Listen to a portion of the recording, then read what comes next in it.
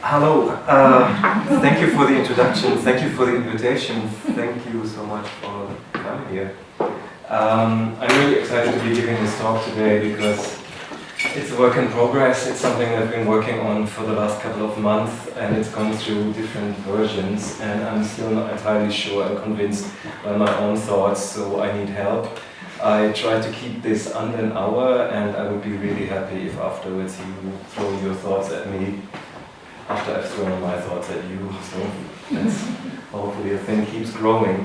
I always feel like before I start telling people what I'm going to talk about, I should say how I will talk, because I don't take it for granted that my style fits readily into a lecture theatre,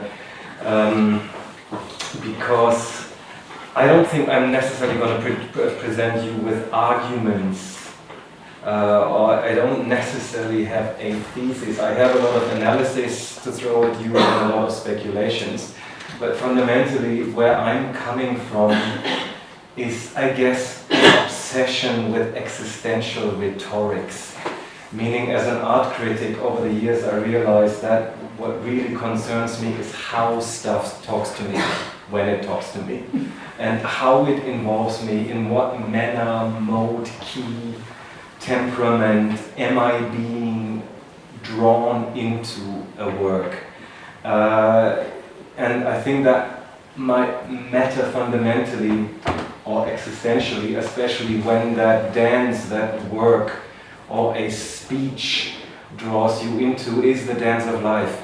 Meaning the dance that says, you know, there's the joy and pain of life, where money brings us together, love tears us apart. How are we going to dance that together? And how are we going to interpret the moves that we're going to be making together? There are invitations spoken, first moves made, and usually on that level when the dance is offered and begun, I would insist, I can't prove it, but that's my main intuition, on the moment when the offer is made, usually the difference between a left-wing agenda and a right-wing agenda, or I should say style, is brutally clear. My intuition is that the right wing dances the dance of life in a different way than the left wing. So fundamentally, I associate a certain kind of style and mode of address with the fundamental ethics of how we want to get involved with each other. And this kind of style and ethics for me equals politics, if we throw that together. How do we want to get involved with each other? How do we want to live with each other? What games do we play in order to somehow give a shape to life? That's basically my question. And I do think that there are profound differences between how a right-wing offer to dance may be made and how a left-wing offer is made. I should also say what I mean with right-wing and left-wing, because these obviously are very vague terms. I'm prejudiced, obviously, but I think that the right wing usually benefits from a particular form of pessimism. To say, listen, we've always lived and died together, it's never gotten any better, we're always kind of fucked, there is no room to improvement, there is just room for kind of, let's say, getting deeper into the family. So God has said what the priest has said, what the man has said to the wife, what the wife has said to the children.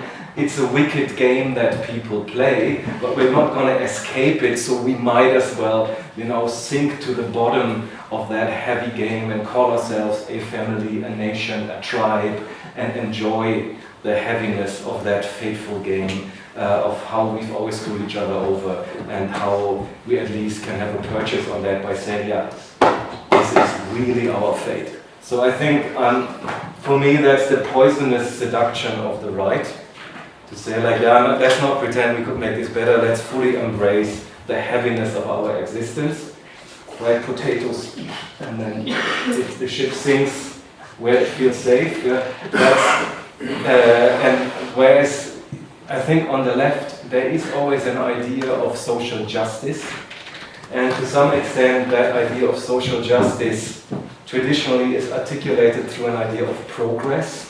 Also now in the elections in the States, the moment there's a swing back to the Democrats, people say, hey, yes, we've shown we can be so much better. And obviously the seduction of speaking about progress, of being the good teacher, the prophet of improvement, is something that we will associate with the offer and the dance that the left has been making as modernists. And what I want to propose today is another version of another dance that I also would argue the left has been dancing for a long time. A dance that also starts with a pessimistic understanding that maybe we are fucked, and that we are fucked in this together, but that the conclusion of this pessimist analysis is not the nation, it's not the tribe, it's not an identity, but a sense of social justice that comes from a totally open understanding of enjoying the tragic comedy of life to its full extent. So I'm going to try to propose a hedonist, pessimist understanding of the dance that the left might want to dance. I want to say the right wing stole the funk, let's steal it back. And for me the funk has a little bit to do with that dirty smell of life, that we know that life is a mess, and how do we interpret that mess? And I'm trying to argue, let's not leave the most glamorous interpretations of that mess to the right wing, who only have very limited idea of fate to offer. I want to argue for a tradition on the left wing that dances the messy dance of pessimism, but in the spirit of maximum enjoyment of the joy and pain mess of life for everybody, not in the key of identity, tribe and clan.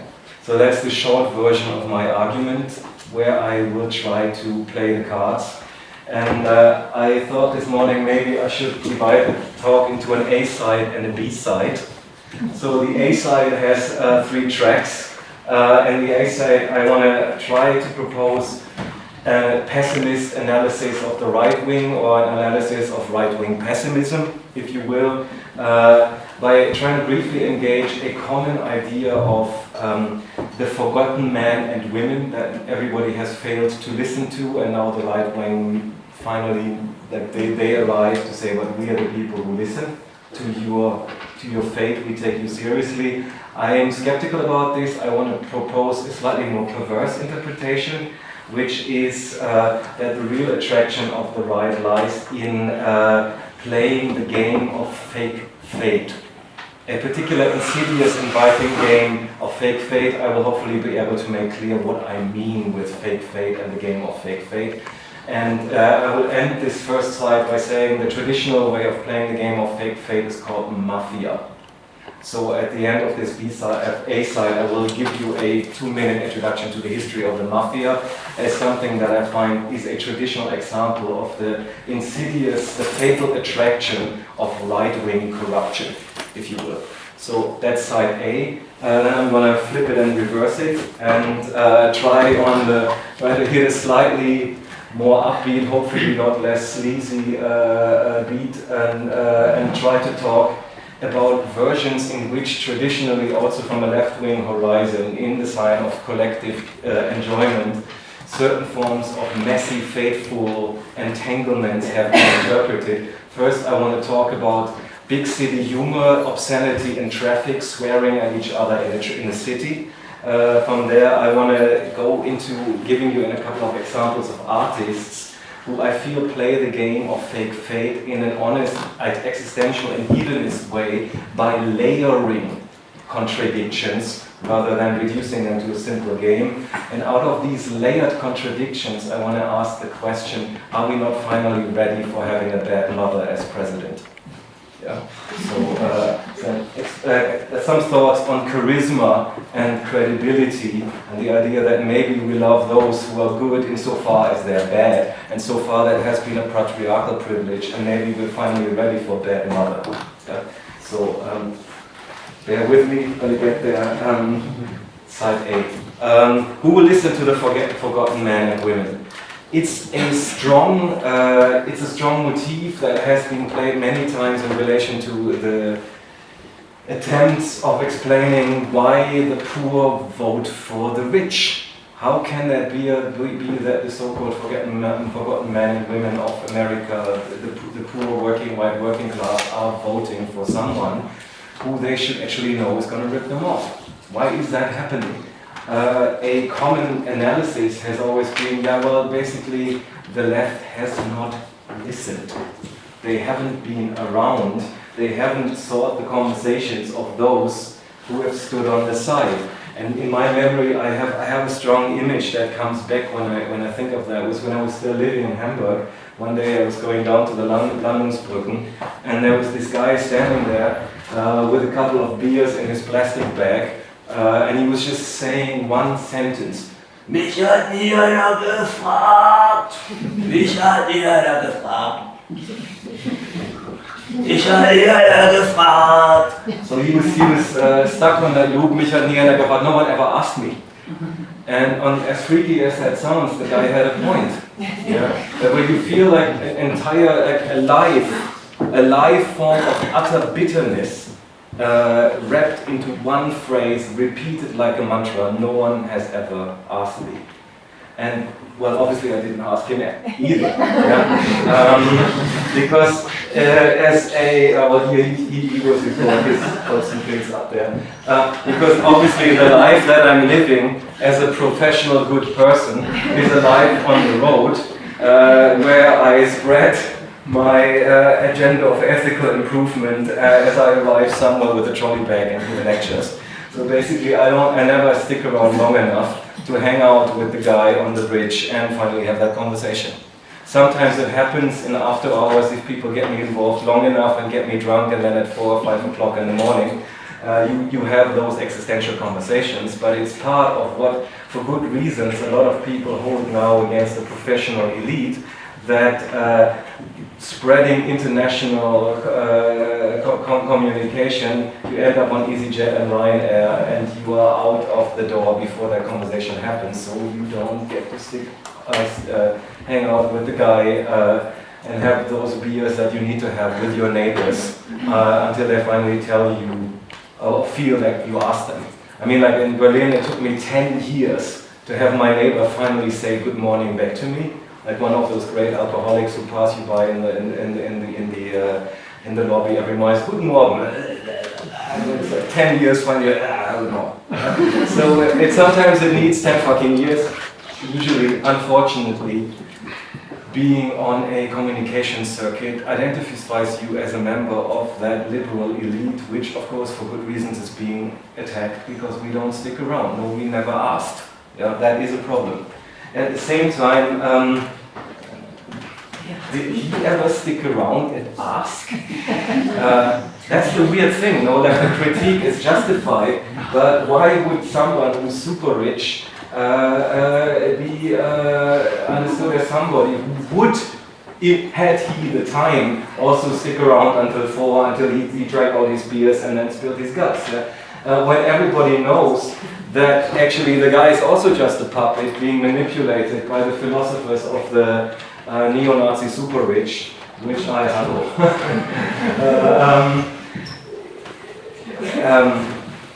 Let me get my step back.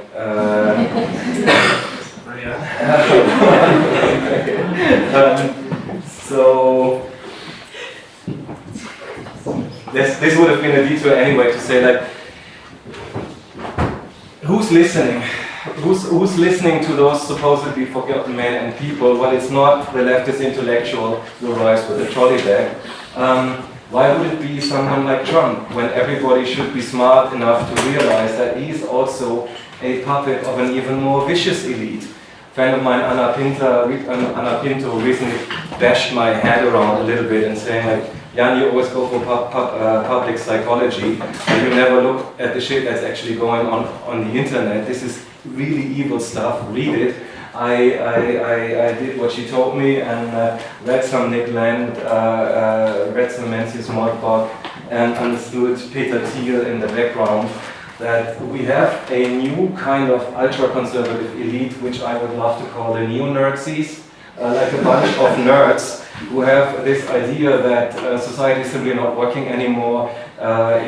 We should basically restructure it and let the elites have what is the elites' right to have.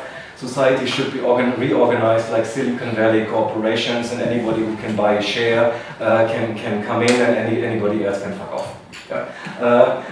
And to arrive at this point of exiting society, basically what you need is a wrecking ball, someone who destroys what's left of society, so that whatever capital is still caught up in society falls upwards to those little bastions where the corporations can then reorganize whatever's left of society to their benefit, and whoever can escape can. Someone like Peter Thiel, I recently read, has bought up huge property in New Zealand. Apparently that's the new trend. Everybody expects society to fall apart and the apocalypse to be soon impending. So the super rich are voting for the wrecking ball and getting their private bunkers in that one place on the earth where they feel they will be safe from the zombie apocalypse, basically. Yeah? So basically, kind of what in the 20s the ultra-conservatives thought Hitler would do for them, smash society apart so that it could be rebuilt in the form of an indigenous, nativist, elitist rulership model. Obviously they were wrong back then, and at least they had better hairstyles than today, because he does. What else is there? What is happening there? And to understand that, I want to move to the second track, to the idea of playing the game of fate. And I sometimes feel it's maybe of secondary importance whether Russia really meddled in the American election, because basically the Americans are covering a model of governance now, which I would call neo-feudalism or turbo-feudalism, where basically what establishes the attraction is a strange sense of oligarchism. So that what we have here is maybe not someone who listens, but someone who shares our fate, because he is as fucked as we are. Yeah? So he's indigenous, he's native, he comes from the same soil, he's royalty. Let's get our royals back. We were never royals, but please let me indulge this fantasy. So we have an oligarch royalty in the States in the form of an entrepreneur who maybe doesn't listen, but gives people the feeling, I share your fate. I will die and live with you. I have grown up on the same soil. I am the royal, I'm the king you never had. The only thing that's strange about it is, well, quite obviously that royalty is fake. Like these kind of Gothic Middle Ages never existed in Miami. Yeah. Mar-a-Lago does not exist. Yeah. There can be no one on the planet who could be blind to the fact that this is fake.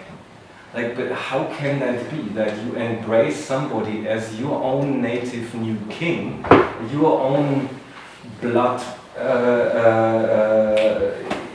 born royalty, when obviously the palace is a complete fabrication, and no one can be blind to that. Yeah? And that's exactly what I think we have to wrap our heads around it. That the faithful and the fake are in bed with each other in a very particular manner. And to explain that, I want to bring in my Aunt Carly, who was a war child, manic, depressive, white supremacist monster. I probably have to say that, so I can't. She liked to play games with the real. And games with the real that, as I hopefully will be able to explain, have a lot to do with this kind of strange oscillation of something that is right in front of your face and is real in one moment and fake in the other. And that is precisely the game that we want to play. So she has the real in her hand, as you see, and reality is flickering in her hand as she's speaking. Yeah? She has the breast of God in her hand, the reality that gives, and she's holding it, and she's speaking. And I should just say she was a racist, yeah? So, but she played the game of racism, for instance, in a particular manner that people like Immanuel Wallerstein and Etienne Balibar describe in their book on race, class and nation, when they basically say racism is so strong because it renders inconsistency operative. It allows you to relate to the contradictions of society by turning those contradictions into a game that you can play. Example, someone saying, I'm not a racist, Mehmet next door is super nice, but apart from that, all Turks are bad, and that's why the parcels are disappearing from the post office in Düsseldorf, because there's too many Turkish people working there. So basically, that's what she was saying there. Yeah? So that is exactly a game that you play with the contradictions of the real. Who's good, who's bad? And that you never say like all Turks are bad. You say no. Mehmet from next door, like at the corner shop, he's super nice, but everybody else, totally, that's why the parcels are disappearing. You need to have reality in your hand while you say these things and watch it flicker.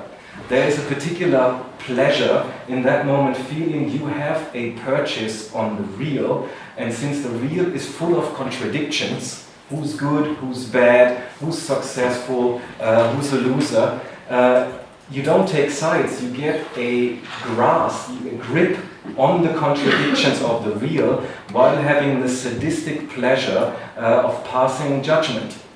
It's almost like reality is the breast of God that feels you and you bite the nipple of God.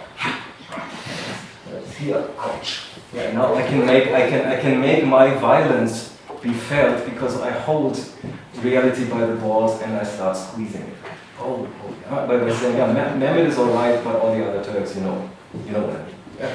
So, assuming that reality constantly feeds us with contradictions, racism is so powerful because it allows you to have a quick grip on it and pass judgment, have an opinion about it, and in that moment feel that people are taking you seriously. Because my mother, of course, would get furious and tell me, listen, I'm a teacher, my best students are Turkish, they're the most responsible people in the class, and she would laugh and smile and be very happy and eventually start speaking about eurythmics and Rudolf Steiner, and eventually when she got really happy she would start speaking Russian. Yeah. So that sense of now finally I can relate to reality, I can relate to reality's contradictions, I have that thing by the balls.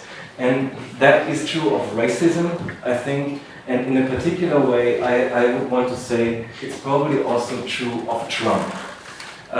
He's kind of fascinating because he invites you to play the game with the guy that you know.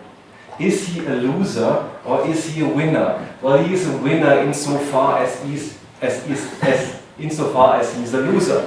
He's good insofar as he's bad. He embodies all the contradictions of masculinity.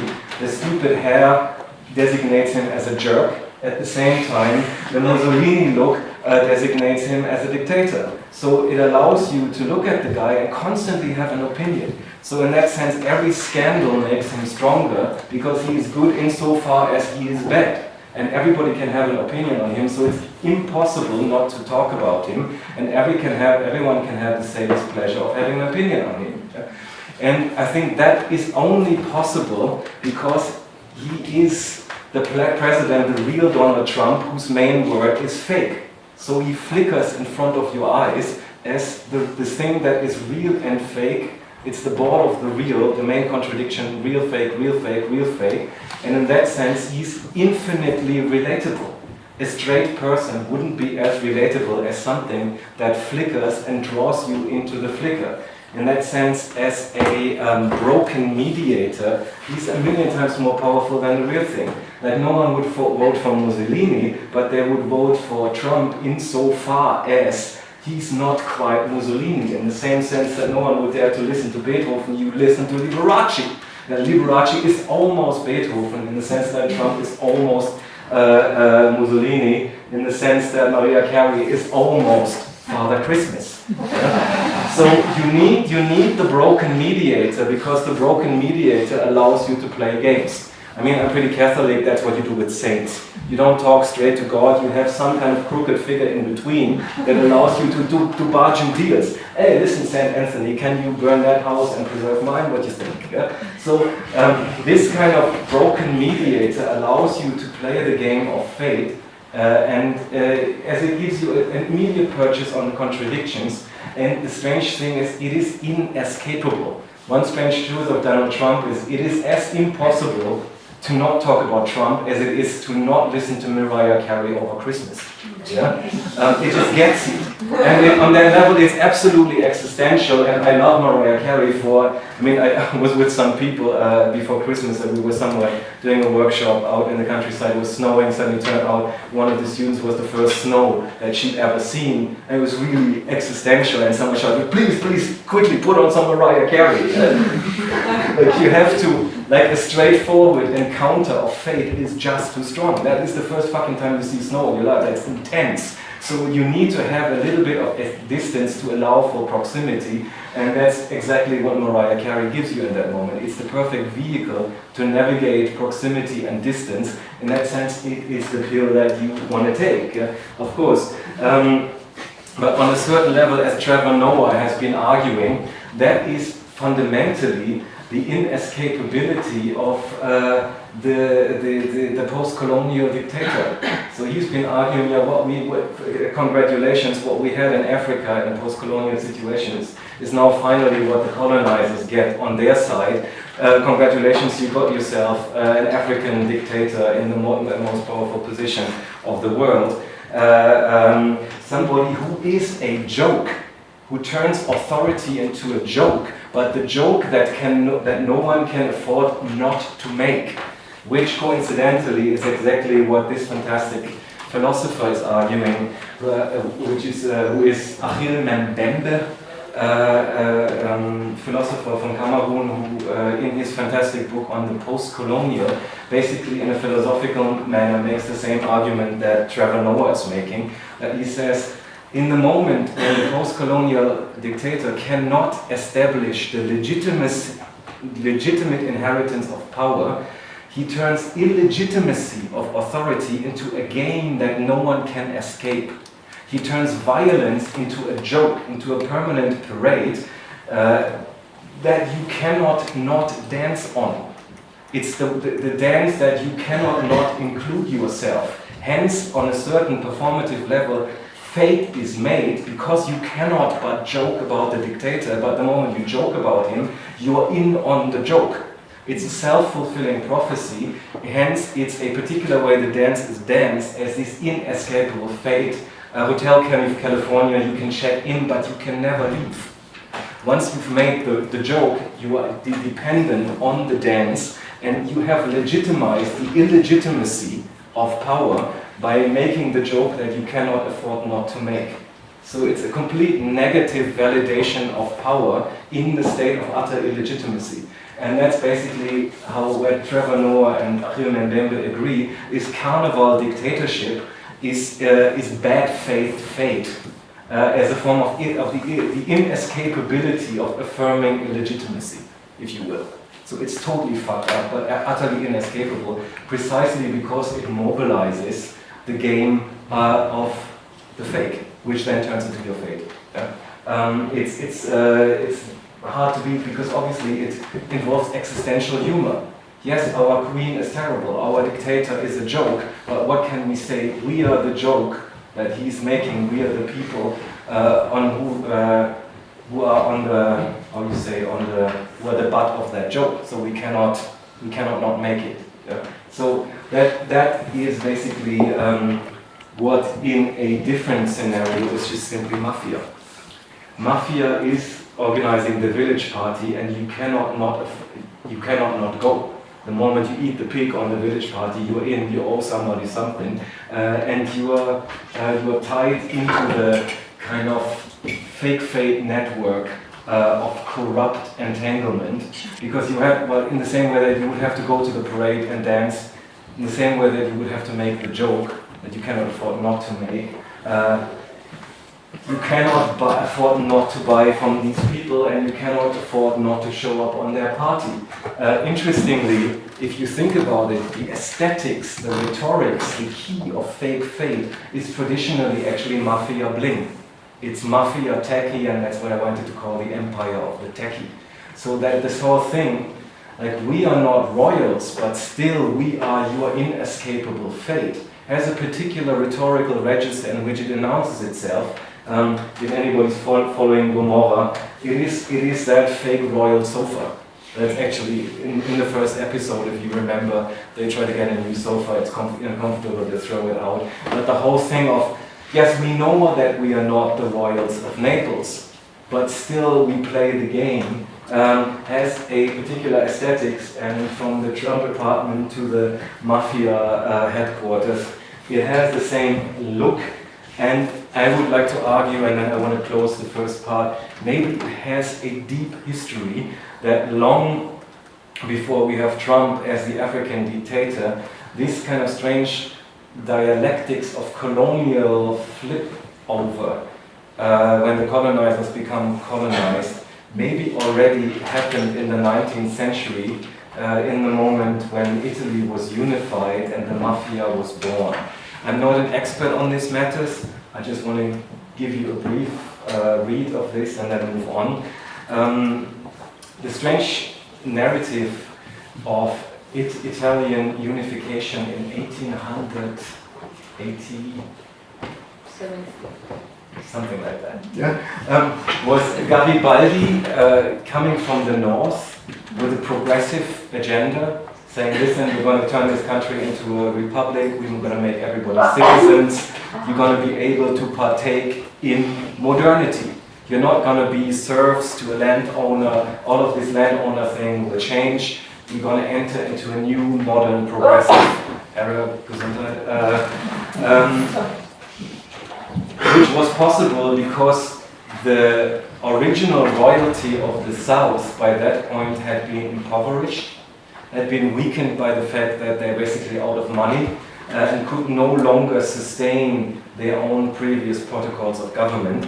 And into that moment of weakness moved these kind of Republican armies of the North, promising progress, but for the South, obviously, first of all, producing an enormous interruption of leadership, of governance, because when Garibaldi was talking about progress, most likely no one in the South even understood what the fuck he was talking about, because most likely he was talking in a dialect that no one in Sicily, for instance, would understand. Yeah? It was literally like a colonial power from another country invading yours, talking something ununderstandable about progress, and then leaving again, leaving a complete void of leadership and traditional inheritance of legitimate governance.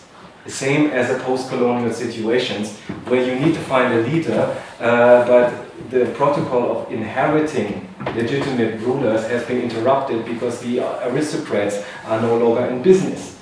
The people from the north had the same problem, because they needed to put someone in those places that had been vacated by the aristocrats who spoke the local language and could mediate and communicate between them and the local people. Who did they choose? Well, the armed gangs. So that's how, for instance, in Sicily, the mafia was brought to power, because they're basically the local thugs who were put into the places vacated by the aristocrats as surrogate leaders. So here we have the first example of a second-hand aristocracy.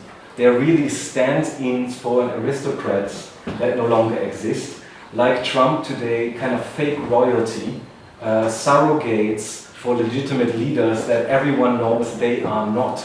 But still they are involving you in a game of legitimacy and illegitimacy. They are good insofar as they are bad. They're the devil you know, who's better than the devil you fear. So hence they are bad, but still better than the people from the north who you really don't understand. Yeah? They're not your royals, but hey, they're the next best thing. They've got the bling. And so the next best thing, bling, from that moment becomes exactly the rhetorics in which a particular dance of fate is offered. Dance the dance of bling with me, because in the dance of bling I can tell you our lives were interrupted, and I'm pulling them back together. So interruption, what do you do against the interruption of leadership? Yeah, well, you tear what that is torn apart back together, and tearing back together is literally what corruption means. And in the place where the interrupted gets corrupted, appears a mediator who is not quite what we had, but still seemingly better than what seems to be coming, which is unsure, and allowing us to dance that dance of fate, which basically has the one big chorus line, which is we are fucked in this together. We always have been, we always will be. But that dance gives us a purchase on the tragedy of our existence together, which is still preferable to the unclear future of doing something that the Norther doesn't want, that no one understands. So I would say that's the conservative dance of fake fate, introducing a mediator that allows you to still feel a sense of belonging, and that sense of belonging is something that you would opt for, even though it means nothing's ever going to get any better, or right, at least that's understood, so then I know where I am. So, Empire of the Tacky, the bling thing, as a language that draws you into a game with fake faith, that gives you the illusion that you have a purchase on the contradictions of your life. The joke that you cannot afford not to make. What the hell could we put against that? Yeah? Let me give it a try. Flip it and reverse it and say, we have other ways of dealing with contradictions, and to deal with contradictions doesn't necessarily mean to promise a solution. If you're in a mess, you really don't need someone coming in with a trolley bag saying, listen, hey, I have some great ideas, let's make the institution stronger, and I don't know, existential income, very well. You know that that would be the solution. You kind of also know that it's not really going to happen. You had a bad day, the last thing that you want is someone, your boyfriend, your girlfriend, saying, oh, you had a bad day, why don't you go to sleep earlier, and then you'll be fresh tomorrow, and then you can attack it, and be really in a position to make it a good day, because it only makes you feel like, yeah, okay, I had a bad day, no, you're just telling me it's my fault. Yeah? So you want someone who is actually in the mess together with you. What does it mean to be in the mess? Of course, it could mean that you actually live and die with someone. You really stick around, as I tried to say in the beginning.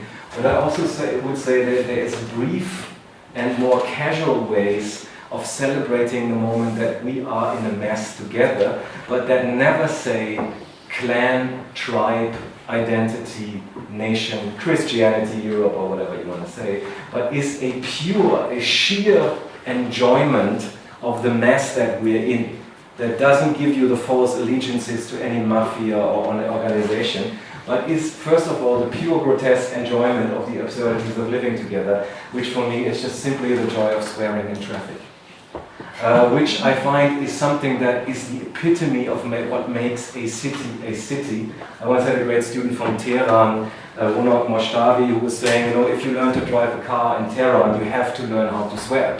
Because the traffic is so bad that the joy of being a Tehrani is like to know a particular way of cursing the others in traffic. That's when you know we are fucked in this together, because like you are where I want to be with your stupid car. And on that moment, and that level, I think cities become enjoyable through a simple ritual that makes you part of no mafia, doesn't let you buy into any kind of calculus of fake bling. It's just simply like a particular humor of cursing at each other. And I think probably every city has a particular flavor of how people enjoy a bad day by mouthing obscenities. Yeah? Last time I tried to put this thought together, I was in Gothenburg, and I speak at least a little bit of Swedish enough to hear. There was an old guy standing in the concert, and it feels like, hey Gothenburg, tell me how you're doing. And it was like, yeah, are you alive? Are you enjoying life? Yes, you're enjoying life, you're there. But how can that game be acknowledged as a social principle? And one experience in Jaffa Tel Aviv, like Florentine, the part where Jaffa borders on Florentine, where Jaffa borders on Tel Aviv, where traditionally Jewish parts border on traditionally Arab parts of the city, and where for centuries there used to be a textile district. Traffic is horrendous, but there was a moment when in the most kind of blocked traffic, suddenly you had this old guy riding out on a bicycle with a lot of kind of rolls of fabric on it, just not looking left, not looking right, going right into the traffic and having everyone honk their heads off at him. And the only thing he did, he blessed everybody. And it was entirely unclear which of the two locally available divinities he was invoking. Like a friend of mine from Tel Aviv, he recently said, you know what, we need to go beyond monotheism to stereotheism. And that was a stereotheist invocation of the god of a bad day, basically saying, listen, long before you cars wherever here, I was here with my bicycle, so why don't you just all fuck off? And you realize there's a debate currently going on about strategic universalisms. You have Badiou fighting with Zizek and everything, but I find for me, this is strategic universalism with a particular local flavor. When the universal fuck you becomes a bless you. Bless you, we're all Tel Avivis, tough love, Tel Aviv. Fuck you all. And that's a moment of establishing a common political ground that is the heart, the spirit of the city, in the key of shared obscenity. I once said that in Chicago, and there was an Asian American student who said, slightly different note, but her grandfather had never learned to speak American, and whenever he went through immigration, he just said, hallelujah, and everybody in immigration said, amen. Yeah? So I'm just thinking, on the level of the dance that I find might get us the front back, first thing to consider is obscenity. The way to enjoy the city together in the key of convivial rudeness. That we live together, we enjoy being rude to each other, grumpy to each other, and we just have to turn, I don't know what the particular kind of Praguean fuck you is, but how do you turn that into an universal God bless this city? And obviously the person that I'm lip syncing here is, to some extent, of course, I'm talking out of Bakhtin's mouth at the moment. Yeah. I still believe that Bakhtin had a point when he said that the real social realism is in the key of the obscene and the grotesque. And just one example here is the goddess of enjoyment of obscenity, which is Baubu. Baubu was Demeter's maid, and when Hades took Persephone away to the underworld, Demeter, the goddess of the harvest, was super sad until her maid Demeter pretended her crotch was her face, that down was up. So Persephone had gone down to the underworld. She said, you know, what is if down was up? And that moment, the birth of the S-face was the birth of laughter. So the first laughter of history was recorded when Demeter was amused by Baubo performing the grotesque. What you see on the right, I'm not an archaeologist, but it seems to be a children's toy. So that children in ancient Greek had the goddess of the grotesque, the universal fuck you as bless you as a children's toy. I mean, happy Greeks, I think we need that goddess back in the game. And to some extent, I think maybe these gods of the shared profane are the comedians on TV. Obviously, we live in the golden days of comedy, trying to fight the game that Trump is offering, to fight it with comedy. And people like also Stephen Colbert saying, but people, do you understand that it's not easy? We get all that shit thrown at us, and we have to turn this game of bad faith into a comedy of good faith. It seems very close as a dance, but how do you make jokes about a dictator who's a joker? Yeah? How do you break the joke to delegitimize that other joke and actually turn it into something that is legitimately funny? That is a heroic operation that I would also see someone like Seth Meyers performing, who I love and adore, not least because he understands that The big problem that we might have in the States, definitely, but more and more everywhere, is that society right now is polarized by these bad-faced jokers so much that we can no longer talk to each other. That there might be certain conversations that you can have when you're already preaching to the converted, but a general situation where you would all be in the same traffic and be making jokes about each other, that is literally no longer possible. Because, for instance, as he's saying, you know, America is so divided, I am a white straight guy, I cannot make a joke about someone who's black or someone who's gay. In the same way, I could probably also, I cannot make a joke about someone who's Jewish, because for obvious reasons, our past makes me, as a German, I'm not in no place to make that joke. It's impossible. Like, you still understand the historical rupture, because even though I have a lot of Jewish friends and colleagues who tell incredible jokes, I cannot make them. And that would mean, on a certain level, we can no longer be in the same traffic, the city no longer exists, it's divided. If it weren't for a particular form of meta-comedy, which I think someone like Seth Meyers is doing in this sketch that maybe some of you know, it's called Jokes That Seth Can't Tell, where he's saying, you know, I'm white and straight, I can't make certain jokes, but hey, I've got these joke writers here and I'm still learning their names. So it's Amber Ruffin on your left and Jenny Hagel on your right, and they come on and they say like, hey, I'm black, and the other goes, hey, I'm gay, and then they make jokes that Seth can't tell. In the end, get him to make a joke about one of them and then rip his balls off. And it's a strange way of doing a meta-comedy to actually still make it possible that we could joke about each other again. Getting the funk back from the... for me, the question is not just, can there be poetry after Auschwitz? Can there be jokes after Auschwitz? Honestly, on that level. Can there be jokes after... The moment is Sarah Silverman, I Love America, I don't know if you've been following that, where she's actively trying to engage Trump voters in conversations, but trying to get them into the same traffic of being larger-than-life absurdities. So she's playing up the neurotic Jewish urbanite to get someone else play a larger-than-life version of being the gun-toting redneck who then confesses that he's actually Jewish. Yeah? So that is a particular way of performing corruption. To say, like, can I corrupt you by drawing you into a game where we can enjoy together the fact that we can be monsters, but theatrically so, that the obscenity of our existence makes us funny to each other on a certain level. I don't know if she's succeeding, but what she's definitely doing is layering these kind of encounters. It's not just, is the guy real, is the guy fake? A friend of mine said the other day, you know, Trump is a puppet, but he's one of these modern puppets that just consist of one layer of silicon.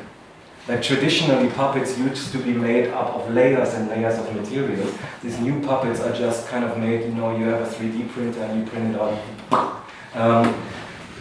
That's the thing, it's flat. It's the game of fake fate, but flat. It just oscillates winner, loser, real, fake, rich, poor, tuck, tuck, tuck, tuck, tuck. When maybe a layered sense of corruption comes with, oh, you present yourself as a gun-toting neo-Nazi redneck, and then suddenly I know that the guy is actually totally Jewish too, and as obsessed as I am about getting sexy glasses.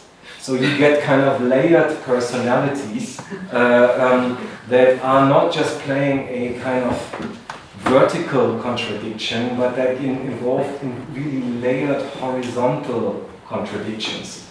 I'm not entirely sure, this is a new thought, I don't know where it goes, but I think there might be a truth to it. Because these layered contradictions give you a particular aesthetics that is not the aesthetics of honesty and authenticity, but an aesthetics of saying, like, you know, life is bad and enjoyable, and all these stories that we live through, all these weddings and funerals that we live through, they are as authentic as they are inauthentic.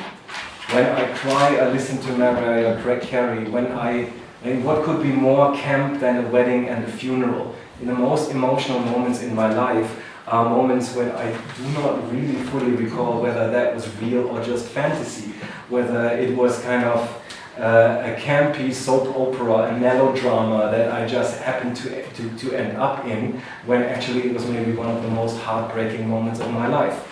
You know the sense when something gets really existential and you hear kind of the song playing in the back of your head going, this is not really happening to me. Yeah? These strange moments, they form memories, and they might form a particular language that is also the language, let's say, of dive bar camp.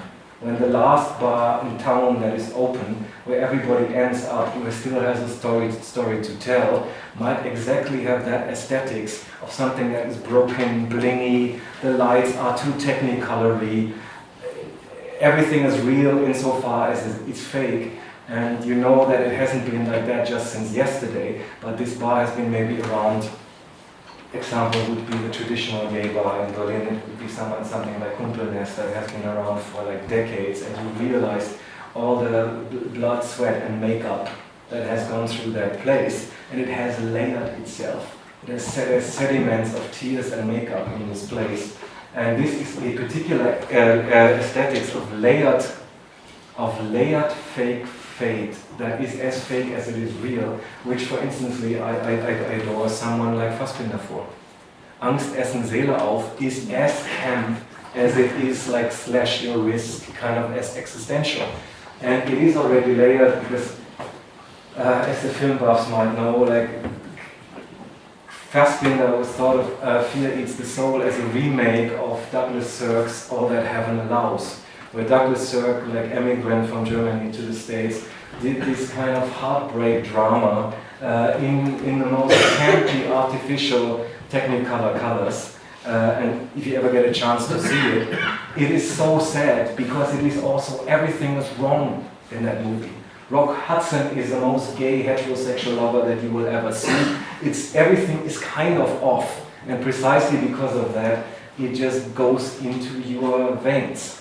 And Fassbinder put another layer on top, reshooting this kind of technicolor, existential fake thing in Munich, where all the kind of mise en scènes are kind of strangely artificial. At the same time, it is the story of a fateful encounter where Ali meets Emmy, a German widow, meets a Moroccan guest worker, and they end up on a rainy day in the same bar, and suddenly their fate is sealed. They just get married. Everyone's against it, but they understand that night to be that of a fateful union. But here again, fate is not something that brings them into the fold of a tribe. Precisely not, because the tribe resists that fate. That cannot happen. Ali and Amy can't be together, but it is a fate that is constitutively open. Since it doesn't kind of follow the law of war and marriage that would make them legitimate members of the tribe, no one knows what will happen. But this kind of open, faithful encounter happens in an atmosphere that is, let's say, the Moroccan semi-red light dive bar, where everything is layered, fateful and fake at the same time. And I believe as much in Fassbinder's aesthetics as I believe in his vision of a fateful openness or open fate. And I want to briefly introduce you to three contemporary artists who I feel speak that language of dive bar, existentially layered, open fatalism, a kind of amor fati, and then I put in my Nietzschean card on the table. Yeah? An amor fati that is a radical affirmation of things that are not one, that are bound by no clear identity, or even if they pretend to be identitarian, they actually fundamentally fractured. This is Mariah Carey, young artist from Tehran, who first started her practice with photography. I don't even know where this is, but I'm assuming a traditional Tehrani place of male dance and exercise, where whatever is blood, sweat and tears is equally ornate and multiply layered and strangely like it's a kind of same strange soap opera of male displays, but with a long history of performing roles that fit and don't, coming from that engagement of a culture Also from a place where she had no right to be, obviously, inhabiting that from a wrong angle, she went into layering something that at first might seem like the residue, the broken leftover of a life, into something that I cannot just I describe in other words than a kind of a fatefully jumbled bling aesthetics of non-identity. And the great thing about these kind of jumbled up signals is that at some point she started growing things in this mess of signifiers. So all of these things that seem like a broken mess of post-internet identity jumble strangely becomes a life that continues. These works have their own fate because, like these are old stuff, they have material in it that grows. It's actually a vegetation. To say like, yes, this is like the best thing to a late night gay dive bar. It's kind of 24/7 growing. In the gaps, in the breaks, life continues. Life grows in these forms that from the outside might seem inauthentic. It's a kind of strange harvesting ground for a life that is not one with itself. Along these lines, I could maybe try a broken moderation to someone like Munira Al-Sol from Beirut, who, like Merané, started her work engaging the social, especially in these moments when it's existential and theatrical at the same time. The strangely ornate, having to get on with life while a particular memory haunts you, than any kind of heroic, manly evocation of trauma ever would. Because she has this kind of clash of two realities, a contradiction of reality, the everyday life that must continue, the red high heels that must be worn, and the memory that will not go away. She plays a game with the contradiction of reality that is as deep and existential as it is kind of casual and accessible and non-heroic and strangely open at the same time, which would bring me to what I personally thought was maybe the best, I shouldn't say best, for me it was the most enjoyable work at the last Documenta. If you remember seeing that, the bakery that she did in one of these glass pavilions on this ring road in Kassel, where Kassel looks as bad as it can possibly look. And you would enter this place and think, is this a painterly fiction? Have I come to a place which is as fictional as it's real? The story was, okay, during the Civil War, my father opened a bakery. Was it grandfather? My grandfather opened a bakery without any kind of confessional alignments. So in the breaks between the rival factions, he opened this bakery where in the end everyone came to have their bread. And here it is again. So it was entirely unclear, is that a total fiction and a slightly larger than life over the top fiction, or is this actually going to be a real place where people meet? And I'm assuming that even in those moments when that thing became operative and people actually met in this kind of strange place, it was as much a real place of being together as much as it was a kind of a strange tentative monument to a place of which no one can ever know whether it was real or not. So again, we have a contradiction between something that is as theatrical as it is real, as fictional and over the top as it might be profoundly personal. And these contradictions are turned into a game. Come to my father's imaginary baker store and have a real snack, a real lunch. So for me, that's the next best thing to the bar in Angst essen Seele auf. It's as over the top as it is profoundly dedicated to a memory and an open future, because you do not know who's going to come in to have that lunch and become part of your story.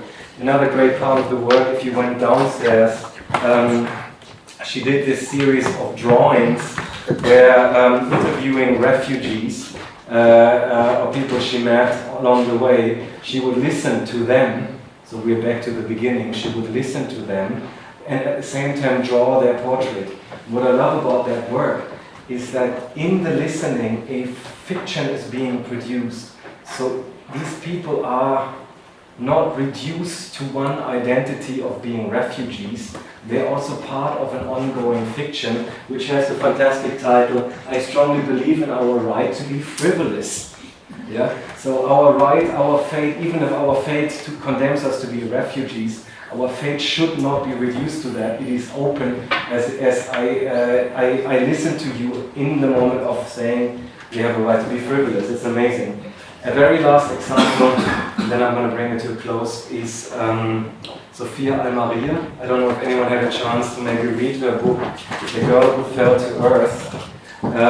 She's basically Bedouin American.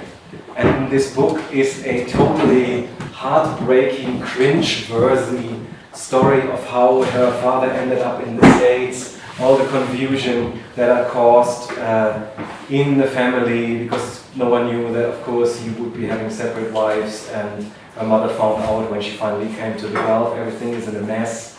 She is with the women in the house, playing video games and watching Predator, and so it's a kind of a strange fiction told around her life, where she's junking on Western pop culture from Bowie to Predator, while being exposed to a rift in identity that condemns her to neither be American nor ever being Bedouin. So she operates from a break where her fate lies in non-identity, and the way she tells that story is by similarly drawing on the trashy and the deeply traditional, and being exactly at the intersection where the trashy and the traditional interweave in such a manner that you have a life lived as Ziggy Stardust somewhere in a Gulf state.